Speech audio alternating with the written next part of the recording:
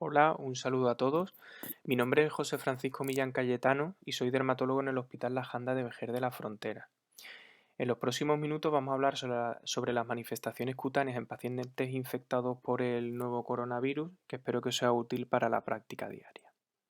En primer lugar, también me gustaría agradecer la cesión de múltiples imágenes clínicas a la doctora Cristina Galván del Hospital de Móstoles. Como sabéis, los dermatólogos cuando estamos en consulta intentamos hacer el diagnóstico a simple vista, ya que muchas manifestaciones de enfermedades sistémicas se pueden hacer de esta forma. Y claro, surge la duda si ante una nueva entidad pueden surgir manifestaciones clínicas dermatológicas que nos ayuden al diagnóstico sin necesidad de realizar ya sean técnicas invasivas o técnicas costosas.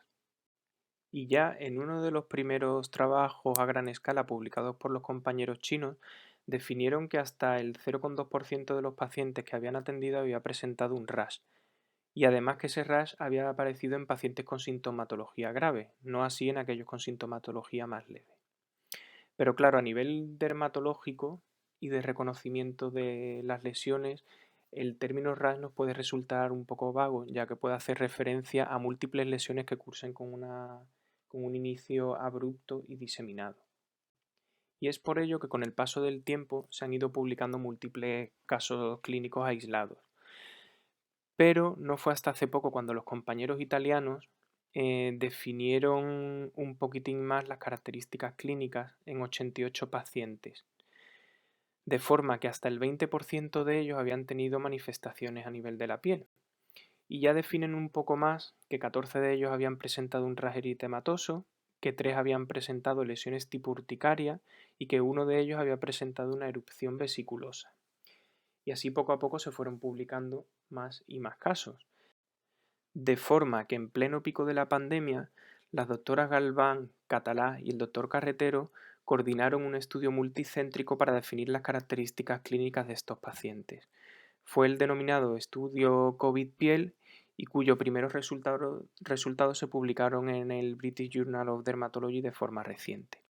Y en este artículo logran clasificar precisamente las manifestaciones dermatológicas en diferentes patrones, que tienen un comportamiento diferente, tanto clínico como con respecto a la gravedad de la enfermedad, y es lo que vamos a intentar detallar en las próximas diapositivas.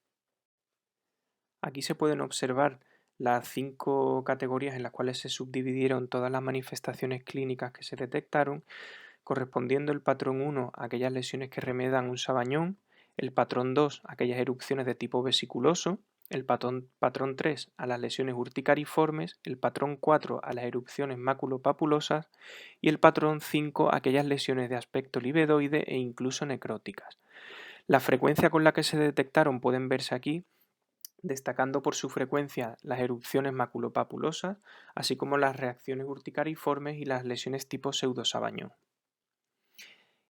Comenzando con el primero de ellos, tenemos el patrón en pseudosabañón. Se trata de lesiones de aspecto eritematoso que suelen afectar de forma asimétrica tanto a manos como a pies. Como hemos comentado anteriormente, se trata del segundo en frecuencia y suele afectar sobre todo a niños y pacientes de edad joven. Con respecto a la sintomatología, no suele estar frecuente y cuando lo está tan solo en un tercio de ellos, a modo de dolor y picor que son habitualmente tolerables y que no requieren la administración de tratamientos.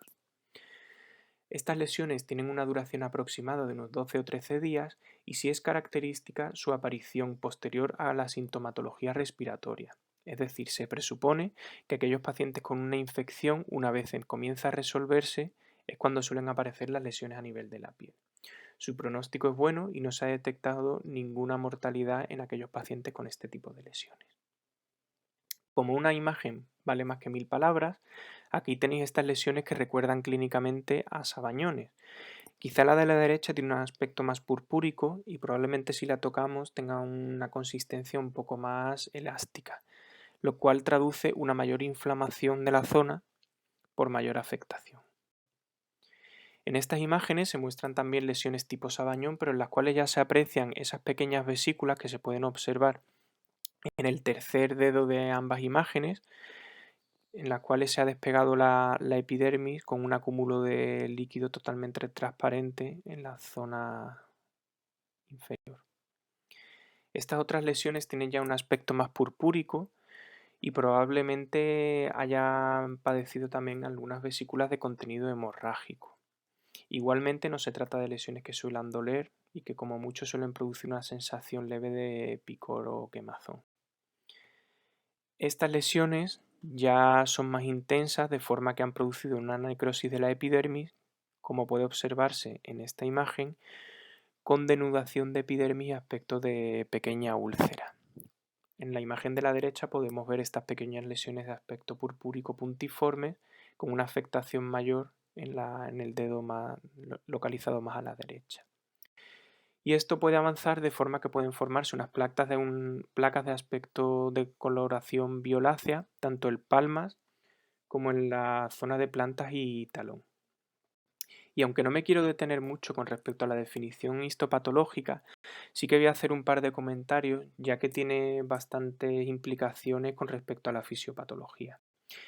Y es que inicialmente, en los primeros casos, se definió que los pacientes con lesiones tipo pseudosabañón acrales simplemente presentaban un infiltrado linfocítico denso en dermis superficial y profunda, un poquitín en el tejido subcutáneo, y que tenía también un predominio perivascular, con datos de activación endotelial, pero en los cuales no se presentaba ningún tipo de dato que sugiriese vasculitis. Pero poco a poco, conforme se han ido publicando más series, sí que se ha visto que mediante técnicas de inmunofluorescencia hay depósitos de complemento y de inmunoglobulinas en las paredes de los vasos, incluso en la unión dermoepidérmica. Esto, unido a que hay otro estudio en el cual se han detectado IgG e IgA para el dominio S1 del SARS-CoV-2 en pacientes con este tipo de lesiones, sí que apoya la teoría de su relación con el coronavirus. ¿Y por qué digo esto? Porque en muchas de las publicaciones que se han estado haciendo, incluso réplicas y cartas al editor, se considera estas lesiones simplemente como un epifenómeno asociado a la situación que hemos vivido. ¿Por qué? Pues porque las PCR en los estudios han sido negativas y las serologías tampoco han sido nada concluyentes, de forma que han asociado la aparición de estos sabañones al confinamiento. ¿Y por qué al confinamiento? Pues porque al estar los niños tanto tiempo encerrados en casa, habitualmente suelen ir sin zapatillas, sin zapatos, sin calcetines, lo cual los pone más en contacto, tanto manos como pies, con los suelos de las casas, que los meses de invierno, principio de primavera suelen estar fríos, lo cual podría justificar la aparición de estas lesiones. Sin embargo, lo más probable es que se trate de una manifestación tardía de la infección por el nuevo coronavirus, porque la relación temporal ha sido clara y además el aumento de casos ha sido muy llamativo. Podéis imaginar el número de consultas por WhatsApp y de compañeros que nos han llegado a través del teléfono. Además, los estudios de inmunofluorescencia que he comentado anteriormente sí que podrían justificar una relación fisiopatológica que justifique su relación directa. Pasamos ahora al segundo patrón o de erupción vesiculosa. Este consiste en la aparición de vesículas que, al contrario que sucede en otras entidades como en la varicela, en las cuales podemos encontrar vesículas en diferentes estadios, lo que habitualmente se denomina la imagen en cielo estrellado, en este caso las vesículas que aparecen son monomorfas, es decir, se encuentran todas en el mismo estadio, ya sea el inicial de edema, el segundo de vesiculación o el tercero de desepidermización y formación de costra. Clínicamente suelen aparecer en la zona del tronco y existen varias variantes. La más frecuente es la variante difusa, es decir, aquella que afecta de forma bastante extensa a toda la superficie corporal, habiendo variantes más confluentes en las cuales varias vesículas se van juntando hasta formar lesiones de mayor tamaño e incluso algunas formaciones hemorrágicas. Se trata de uno de los patrones menos frecuentes y que suele aparecer en pacientes de edad media. La media de edad en el estudio anterior fue de 45 años y que, a diferencia de las lesiones tipo sabañón, sí que suele presentar un picor bastante intenso y que aparece hasta en 2/3 de los pacientes. La duración de las lesiones es algo inferior a las del patrón número 1, ya que en los pacientes se ha descrito que la media de duración es de 10 años. Y con respecto al momento de aparición, la mayoría de las veces es concomitante a el de la sintomatología sistémica. Si bien se han descrito muchos casos en los cuales la aparición ha sido anterior. Por otro lado, el pronóstico de estos pacientes es intermedio, habiéndose descrito en estos casos sí que pacientes con una sintomatología y una afectación respiratoria algo más grave. Como podéis ver en esta imagen, estas son el tipo de lesiones que suelen aparecer observándose esas vesículas en el centro, pero que suelen aparecer de esta forma más extensa, como hemos comentado antes, de forma más difusa. Inicialmente lo que se observan son unas pequeñas pápulas eritematosas, depende ya del grado de inflamación, pueden ser más o menos consistentes, que evolucionan a la formación de vesículas que posteriormente se erosionan y generan costras superficiales. Este es un paciente con una sintomatología más grave en el cual la vesiculación ha sido a costa de un componente hemorrágico. Y como hemos dicho, estos pacientes con sintomatología más grave pueden llegar a presentar lesiones confluentes y de aspecto hemorrágico, como estos que se aprecian en la imagen, y que sí que traducen una mayor gravedad del cuadro clínico. Con respecto a la histopatología no quiero pararme mucho, pero sí que habría que destacar que los hallazgos histológicos han estado en relación a las infecciones virales que se pueden observar igualmente en casos de varicela, herpes zóster, herpes simple, etc. Pasamos ahora al patrón número 3, denominado erupción urticariforme, y como ya os podréis imaginar, se trata de la aparición difusa de lesiones abonosas y que aparecen sobre todo en el tronco, como viene siendo en las urticarias habituales. Se trata del segundo patrón en frecuencia junto con el patrón de pseudosabañón y suele aparecer en pacientes de edad media. Se ha definido una edad media de 48 años. Este sí suele cursar bastante frecuentemente con picor y que tiene la característica de que responde de forma no tan satisfactoria a los antihistamínicos, con lo cual muchas veces lo único que hay que recomendar son medidas higiénicas y de alivio. La duración de los síntomas es igualmente corta con respecto a los dos primeros patrones, ya que suele ser de media inferior a los 7 días y característicamente aparece de forma simultánea con el cuadro respiratorio. El pronóstico de estos pacientes suele ser algo más grave con respecto a la insuficiencia respiratoria, si bien tampoco se han definido características de mortalidad. En esta imagen podemos ver la lesión típica, con esa piel eritematosa en cuyo centro se encuentra una placa de aspecto edematoso que denominamos de forma habitual abón. Cuando estos abones van progresando y van aumentando en número, pueden ir confluyendo y formar estas grandes placas que se pueden observar, que son características de los pacientes con urticaria.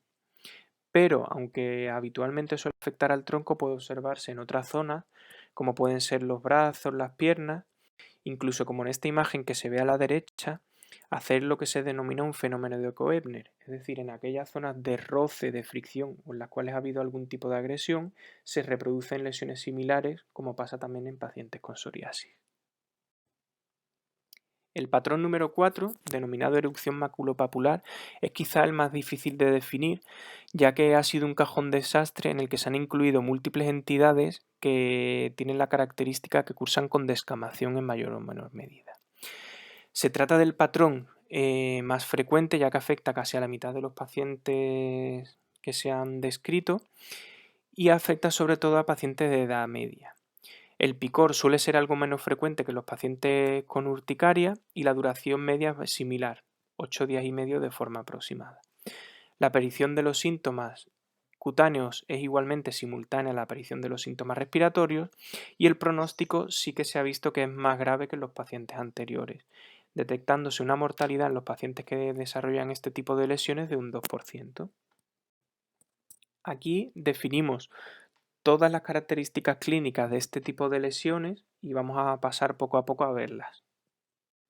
Esta primera imagen es la típica de una pitiriasis rosada.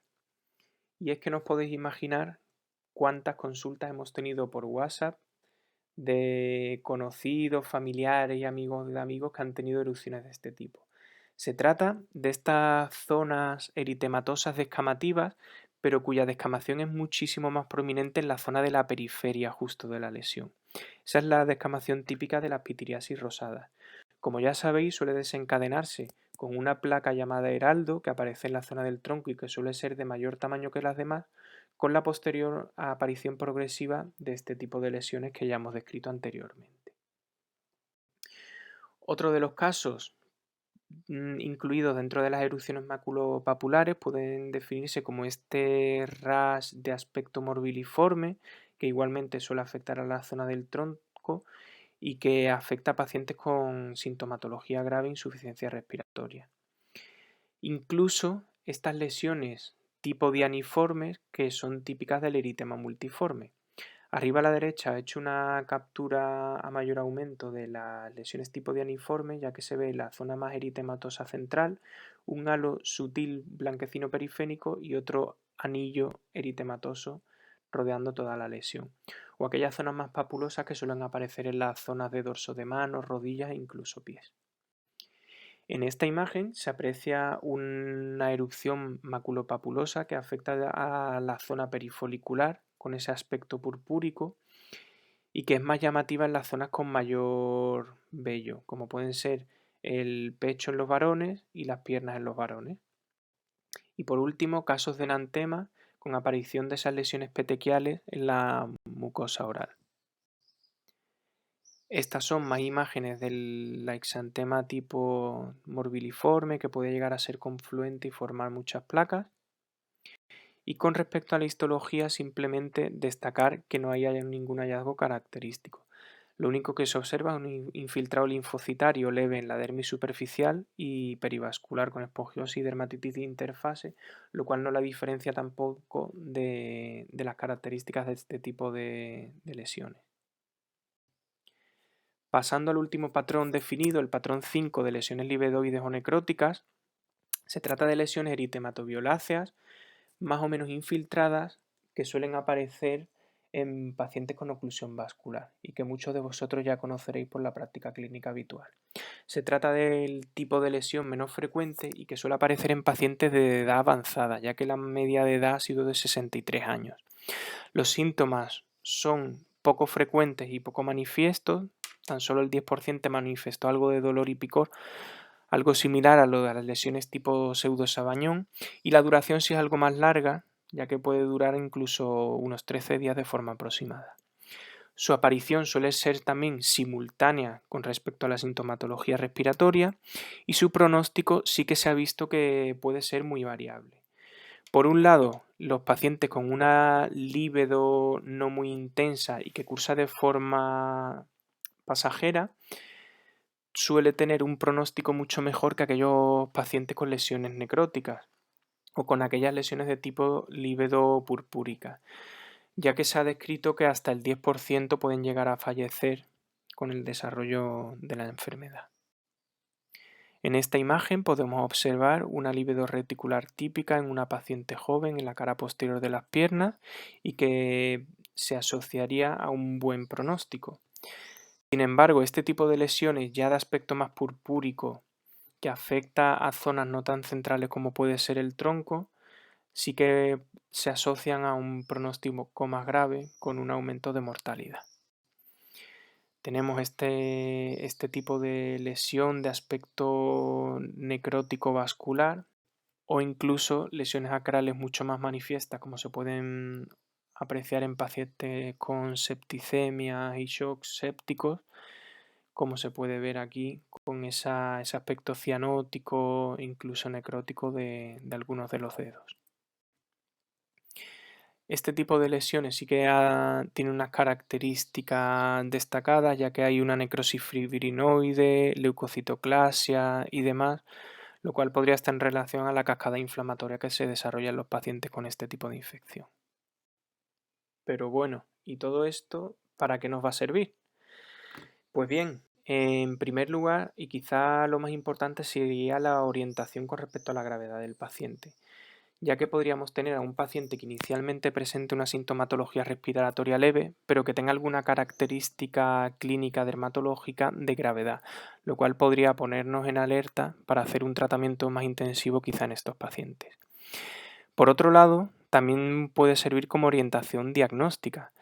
Sabemos que muchos de los pacientes cursan de forma asintomática y quizá la manifestación cutánea sea la única que presente durante el desarrollo, lo cual, a falta de estudios que lo confirmen, podría servirnos para aislar pacientes y contener aquellos rebrotes que pudiesen surgir.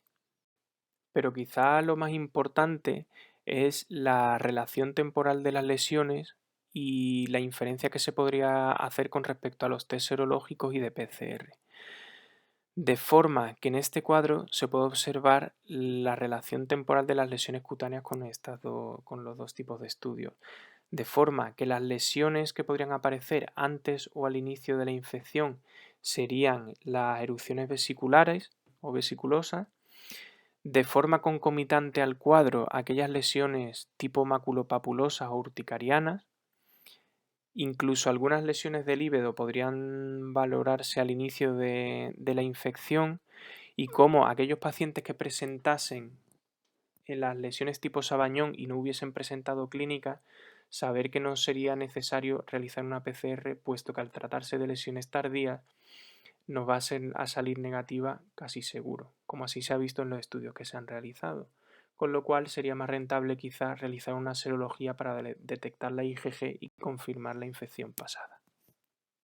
¿Y qué nos queda? Pues un camino muy largo todavía, porque todo lo que he mostrado aquí no dejan de ser estudios descriptivos y analíticos iniciales que no demuestran ningún tipo de relación de causalidad.